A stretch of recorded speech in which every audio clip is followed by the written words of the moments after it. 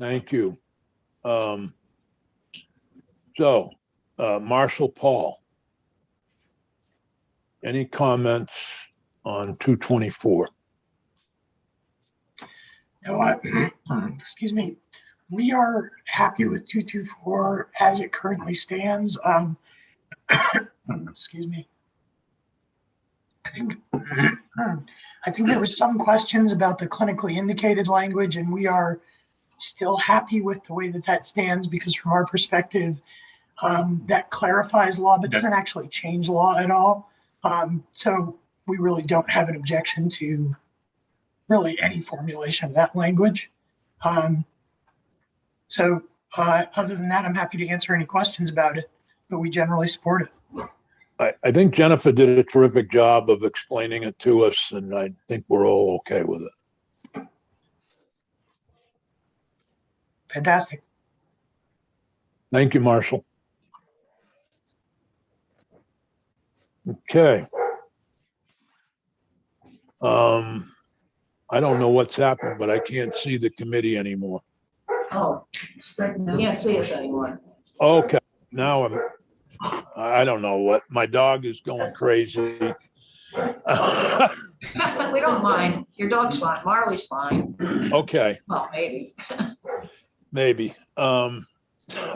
If we could go on to the review of the House changes to S-127 with Ben.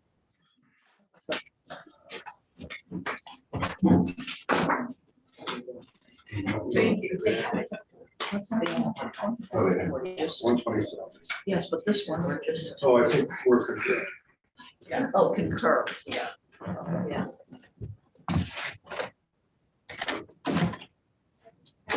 What is it? Okay. Hey, Ben. Hi, Ben.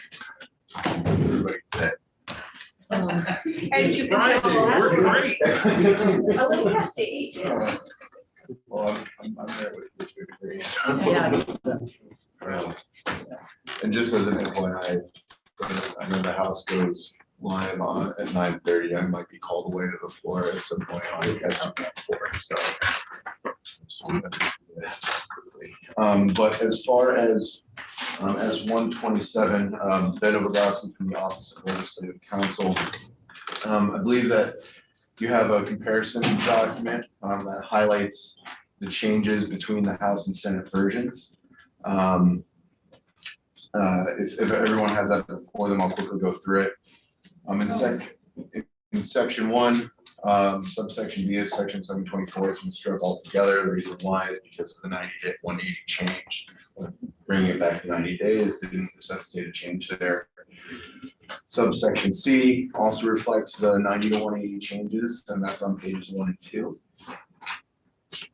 On page 3, and in subsection D, there's also the 90 to 180 change in subdivision 2, or 182 to 90 change. Some grammatical changes on A, B, and then subdivision C changed to further clarify what the absconding violation is. So it struck the language that the Senate had placed in that the commissioner has issued a warrant for an arrest of an offender because the offender absconded from furlough. And it now reads the offender's violation is absconding in community supervision furlough, and then defines what absconding means. One, that the offender hasn't met supervision requirements, can't be located, and has not made contact with department staff in 3 days convicted of a listed crime or 7 days of convicted of a crime not listed. That was language that was agreed upon between the Defender General and the department.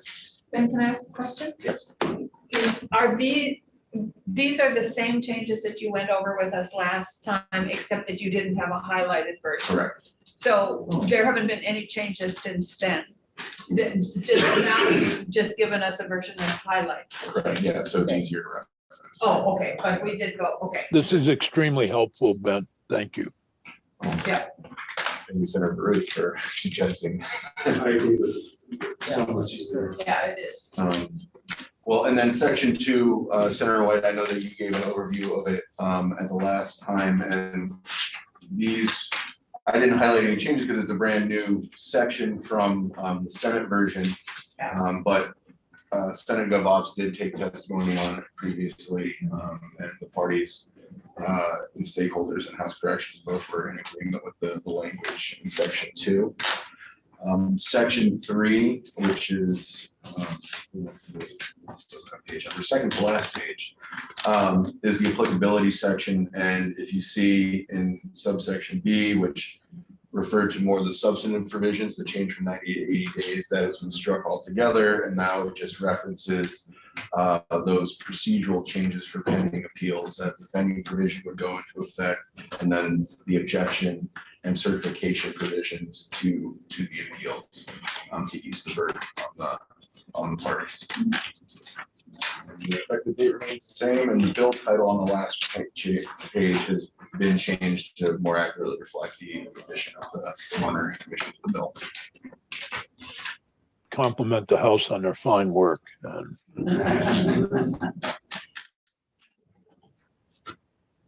Well, I move that we concur. Is that what?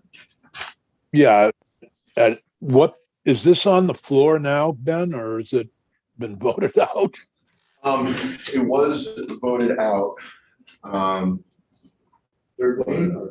Yeah, third reading. So I think it's just waiting for. Then Senator White has moved, unless there are changes in between now and third reading in the House, as long as it comes over as this draft appears, then Senator White has moved that we concur. Is there any objection to that? Hearing none, we'll just concur. We're very agreeable. We are. We're so agreeable with the House. I hope we get, brownie points from the House for agreeing with them. Right. They remember that for future. So H533, Ben, we still have to, this bill is still in our committee. Yes. So with H533, after to preview it, after much collaboration and compromise from the various stakeholders, this represents the version that represents the most compromise. I won't say that everybody is in agreement with all the provisions here, but the ones that are in version 2.1 either represent total consensus or at least the most consensus or least opposition.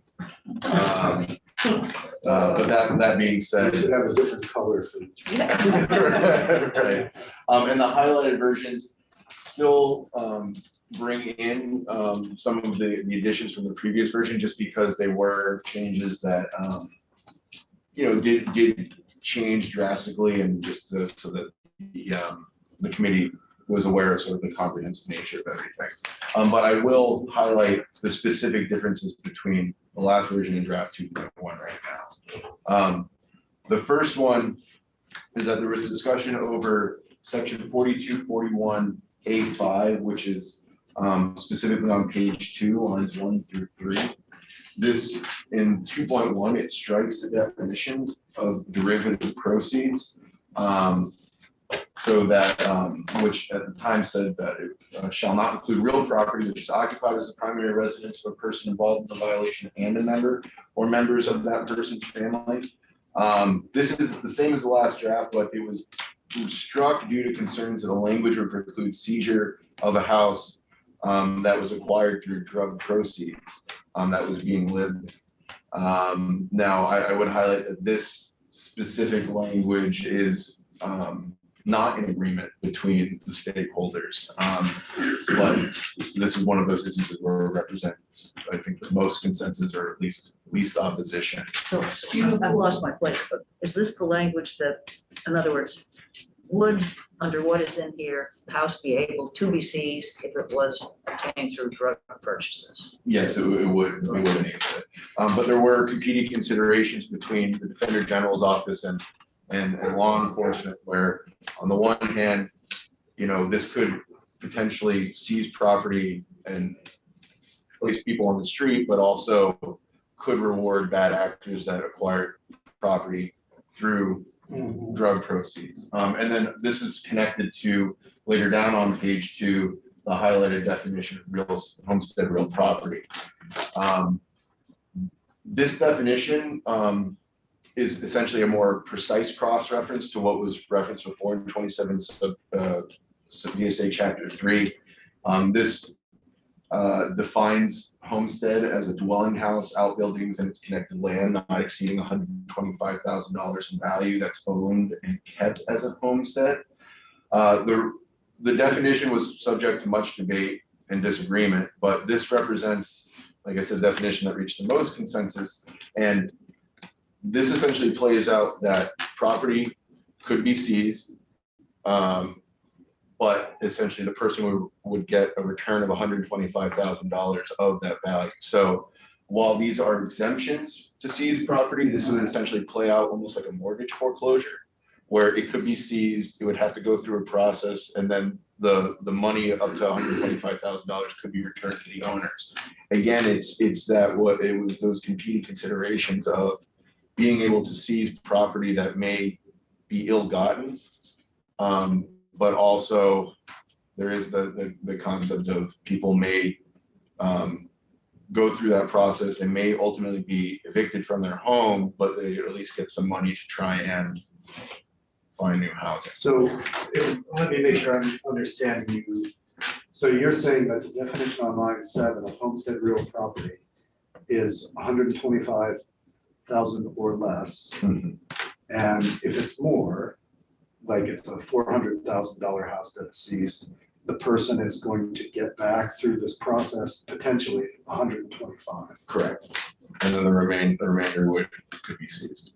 Because homestead real property is valued at 125,000 max. Under that definition. And there was a lot of creativity and different ideas that was floated around about making it, someone's domicile or primary residence where they lived in the home with another family member to try and protect those people from being thrown on the street. But there was discussion that, well, what if somebody were to claim that the person they were living with was their family member, but there was really no way to verify it? Or, what is someone's really their primary residence if they're just here sort of on a transient basis at the behest of a drug dealer or something like that. So there was no silver bullet definition, if you will. And the majority of consensus that was able to be reached that this was sort of the cleanest version to do it, where it made it clear that you could at least seize a property and return some money to people so that they could use it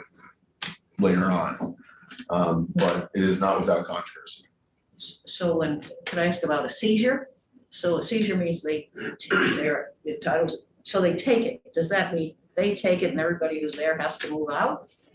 Well, as far as what that process would look like, I think I would actually defer to law enforcement and the meeting, but really what it is that with this is that seizure, so it's taking possession, not necessarily title. This subsection C just precludes the possession itself, but this is different in the sense that it would enable the possession to be had, but it would just return the money. And it would go through that process.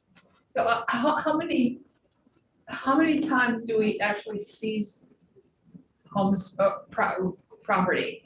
I mean, I thought it was generally cars and money. Right. There was testimony that that this could affect sort of the bad landlord situation that was referenced. Oh, yeah.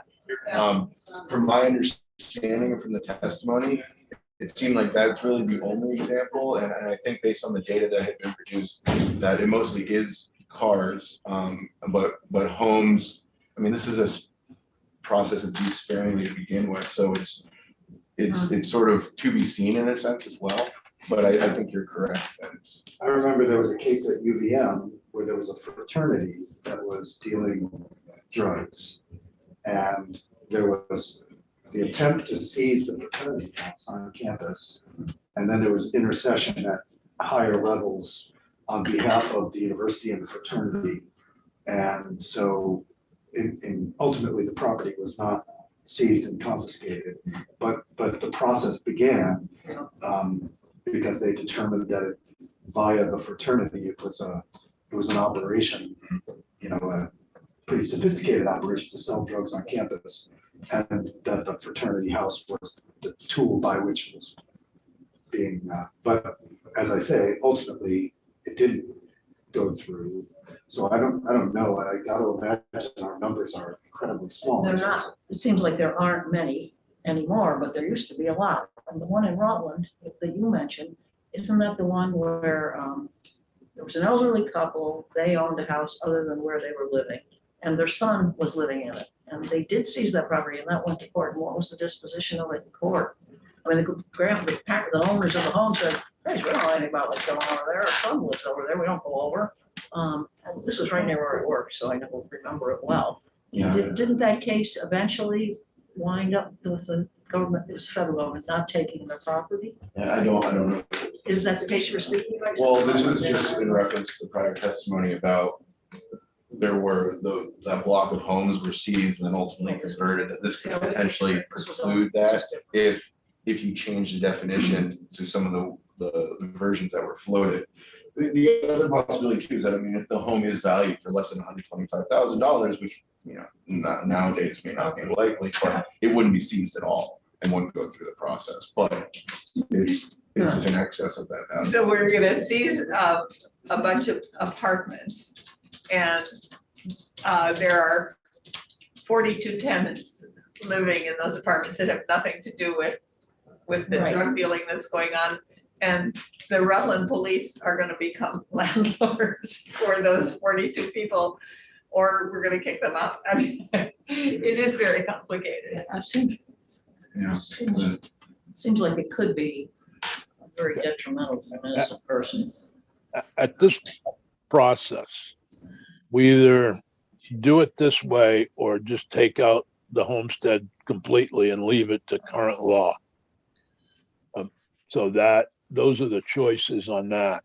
What we're trying is, as I recall, the purpose of the bill is to create a way to actually use forfeiture, which is not happening under current law.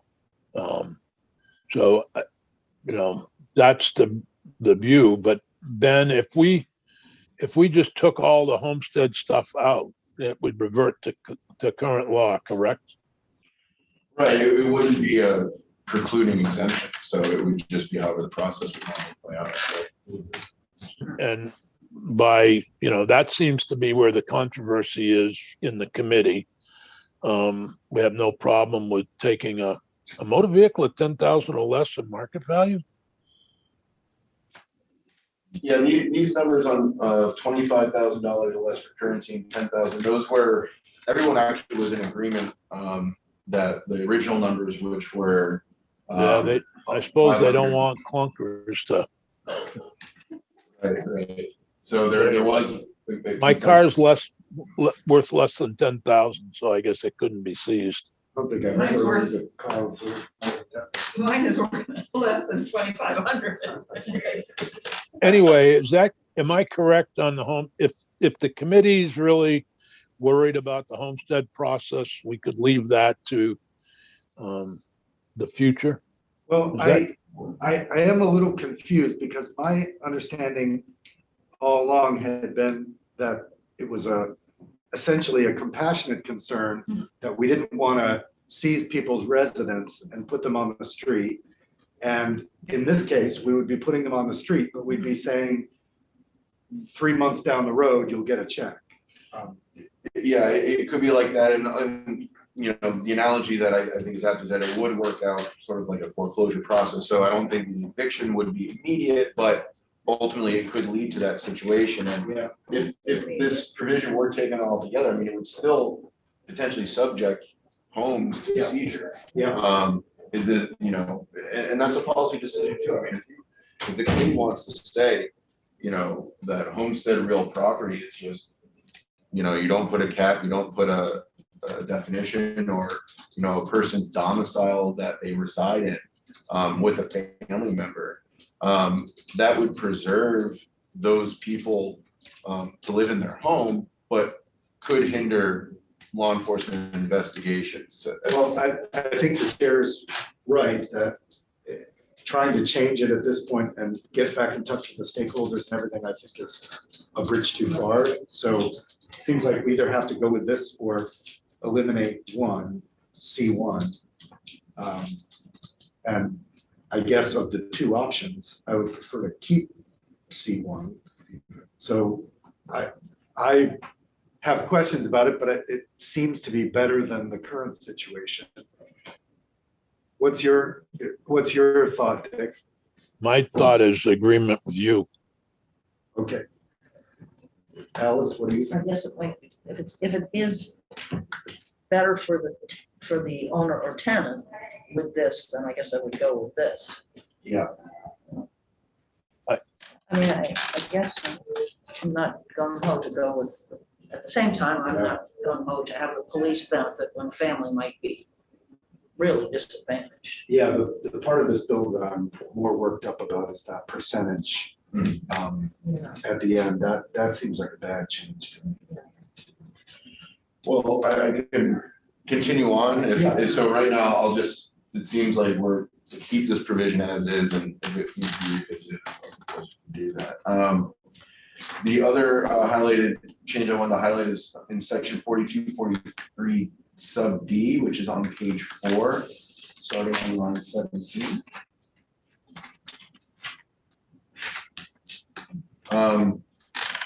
So this section is clarified to ensure notice that an ex parte order is provided to a defendant, owner, or lien holder within 60 days of its issuance. It requires also that this notice now contains the request for the post-seizure hearing.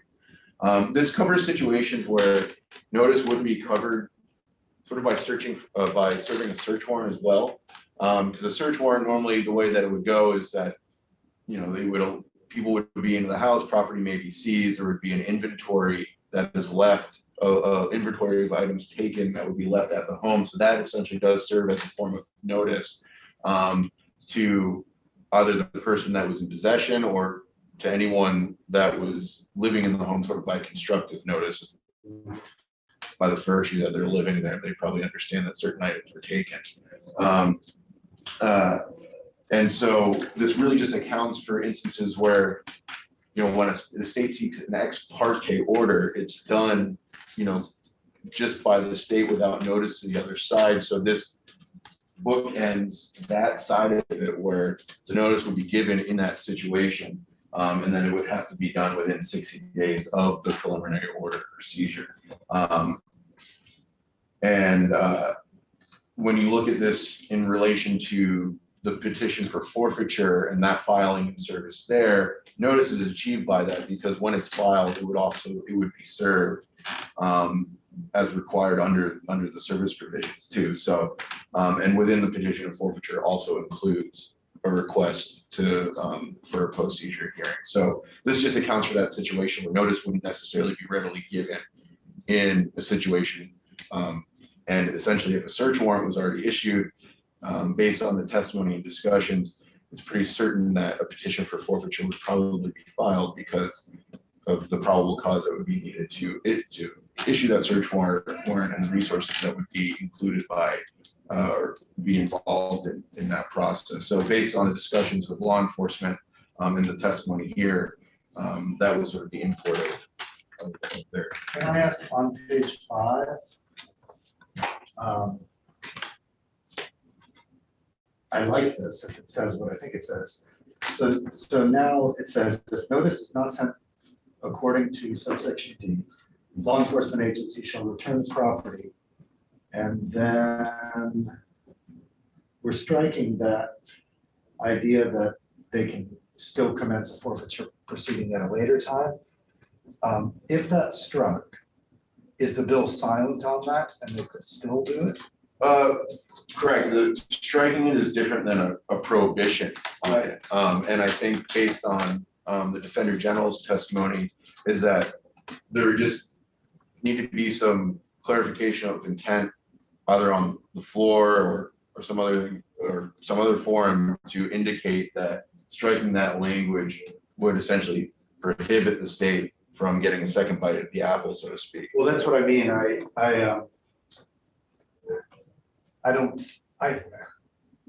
Joe has great confidence that if we say something on the floor, it's there for future courts to access. I just don't believe that. So I think if we want to, because what I want to prevent is they don't give notice, they violate the person's right in that way. They return the property and then they come back the next day and seize it and give them notice. Then it's like the notice period is meaningless. So I think it should say there that in the event that the property is returned for lack of notice, then there's no ability to go forward with that seizure. So just making the prohibition on going back again explicit. Yeah.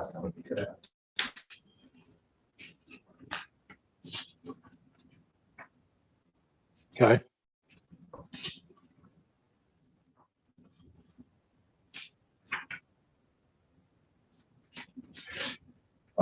So you know where we are? No, what page? Page 5 of page 5 through draft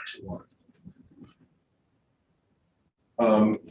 So going forward into 4243A sub A, which is on page 8.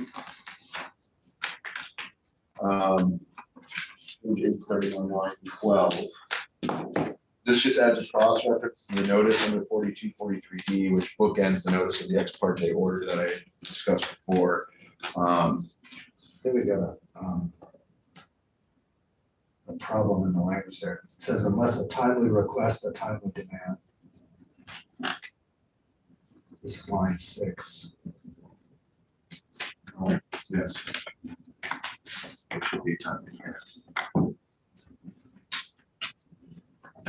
I'm sorry, I didn't hear that. It was line 6 on page 8. There was a mistaken double. Too many reference. timelies. Yeah. So that can be easily considered. Yeah.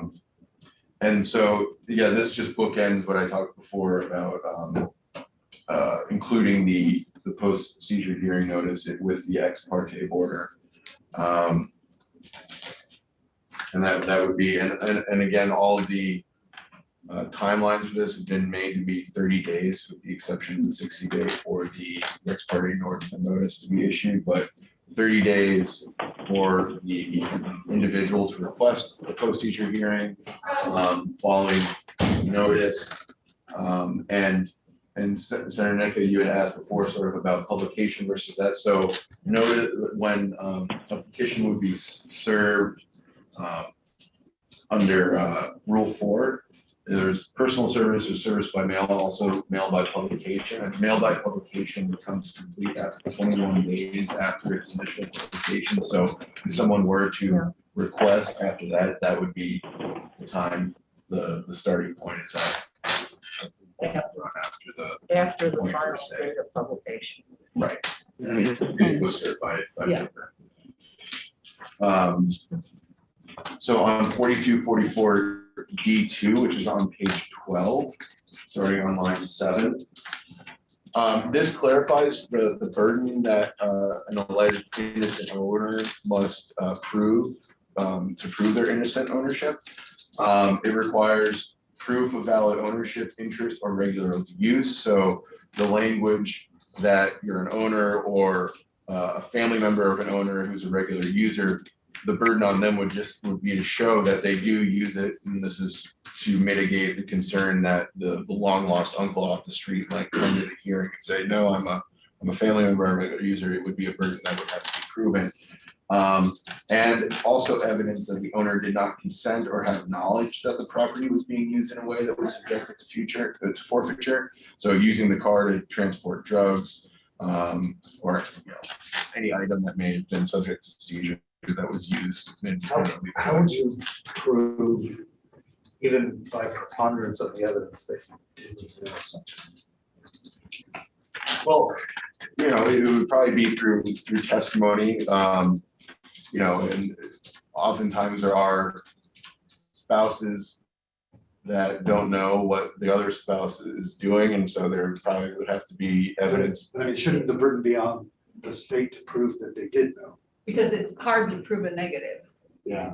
Well, and there was a version that did include that language as well. And I think this is one of those instances where there may have been the majority, as much consensus as possible, but that, and then that was the burden shifting that happened in the House's version, where what happened is that the individual owner would have to prove their ownership or regular use. If they were successful in doing that, the burden would then shift onto the state to show that they did not have knowledge or consent to, illicit use of, whether they did, yes, excuse me.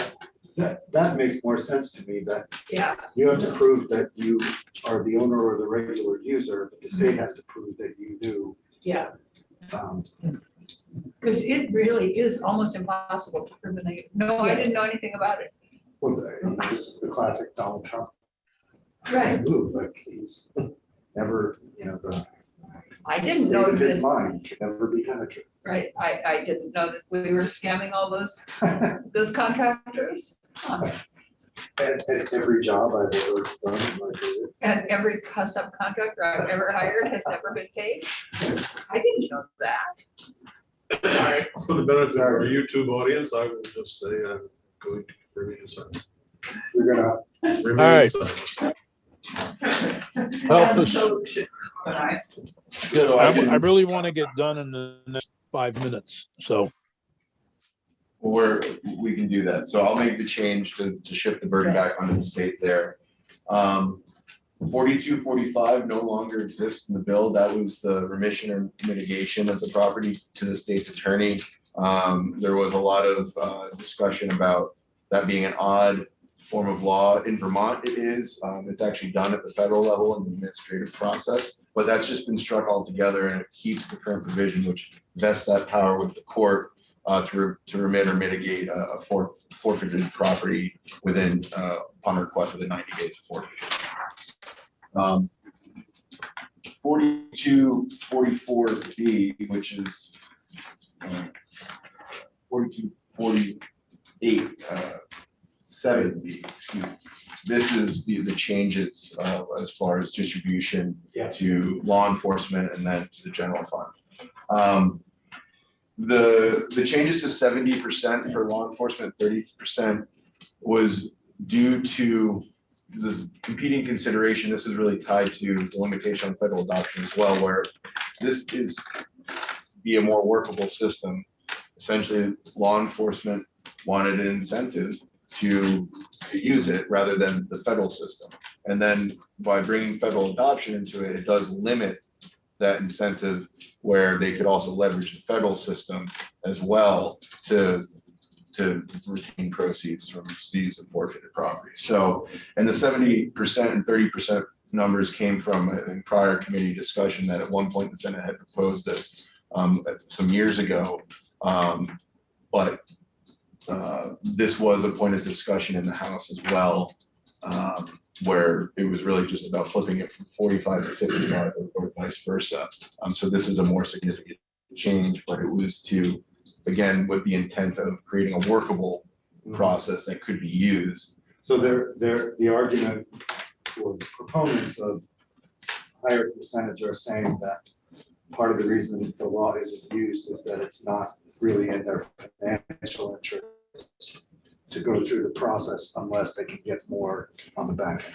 I think that's part of the consideration because the federal system, I think, pays out 80% or up to 80% at least. And then taking that with section 4248A, which is page 14, starting on line 16. So this, the limitation on federal adoption, this was contained in the last draft, but given the system again is being revised to be more workable, this serves as a check on law enforcement to a degree. And this limitation has been further refined where it restricts local law enforcement from having the federal government adopt currency only, not necessarily any property seized under $5,000 that's seized from a defendant, co-owner, or owner. And so this is an attempt to permit law enforcement to seize other types of property, but cash that might be disclaimed, but restricting it to just cash that is claimed as ownership.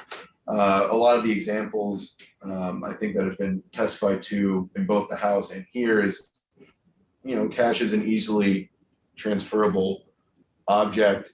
Oftentimes, I mean, there was a video shown in the House where someone was seizing cash and then it was federally adopted and it makes it easier. There's less maintenance that's required for money. So that provides a little bit less of an incentive. And the $5,000 figure was chosen sort of based off of a rough average of some of the data that had been presented of cash seizures that range from like 3,000 to about 7,000. It may have been a little bit higher in some instances, but it was essentially a middle ground there to say that anything below that could not be subject to federal adoption. And there's some other considerations, and after speaking with some law enforcement individuals about how the federal adoption process really works. There has been some, I think, conversation about, well, that really these seizures need to be adopted in order sort of to prove a bigger case so that a task force can get involved. And this provision doesn't limit task force involvement, but there is some evidence too that the state can make these seizures and then discuss things with the federal government without having them adopt it, through their process, and still potentially get the task force involved as well. Now, again, this is through conversation. Excuse me, Ben. Oh man. Oh my God. I just lost my Zoom. No, you're we here. still have you. Looking at it. We hear you. And we see you. You do. There we can. Oh, no. Oh, yeah, we've got you. Oh, your audio is fading in and out. Oh, okay. No, I don't now know we what- hear you. Now you're okay. Hey, well, I don't know how to get back to where you are. Where am I? Well, We're at the end. we can hear you and you can hear us. Yep. All right. So We we're at can the see end. you, so you can vote since we can see you. And then Thank you for that. Oh, I think I found myself. There we are. Am I back? I can. All right. I think we're at the witching hour where we need to make a decision one way or the other on this bill. Do you want to change the amounts? I feel so unsure about the whole thing and about the lack of consent, agreement on some of the issues that I don't know where I am. I don't know if this is that's where I am. I am really confused by it and want to make it usable, but want to make sure that we don't mess up people's lives by not paying really close attention to it. So I don't know where I am. I'm feeling the same way.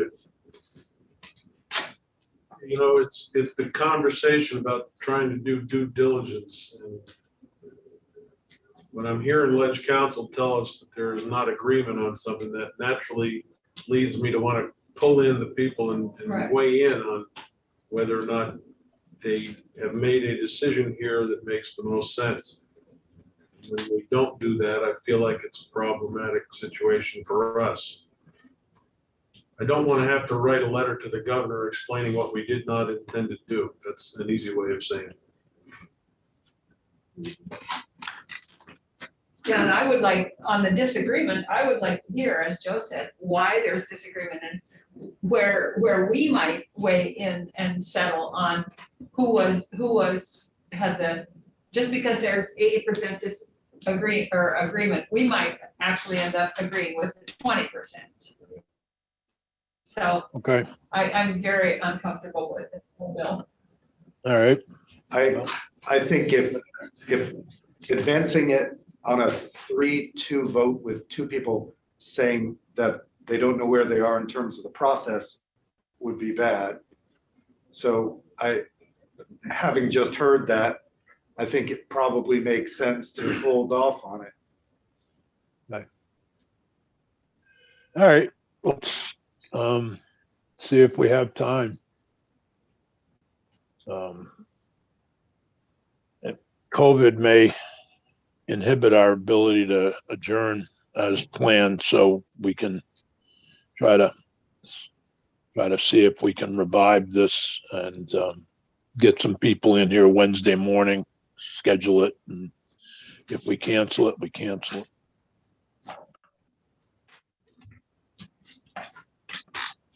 How would that be? Sounds good. All right.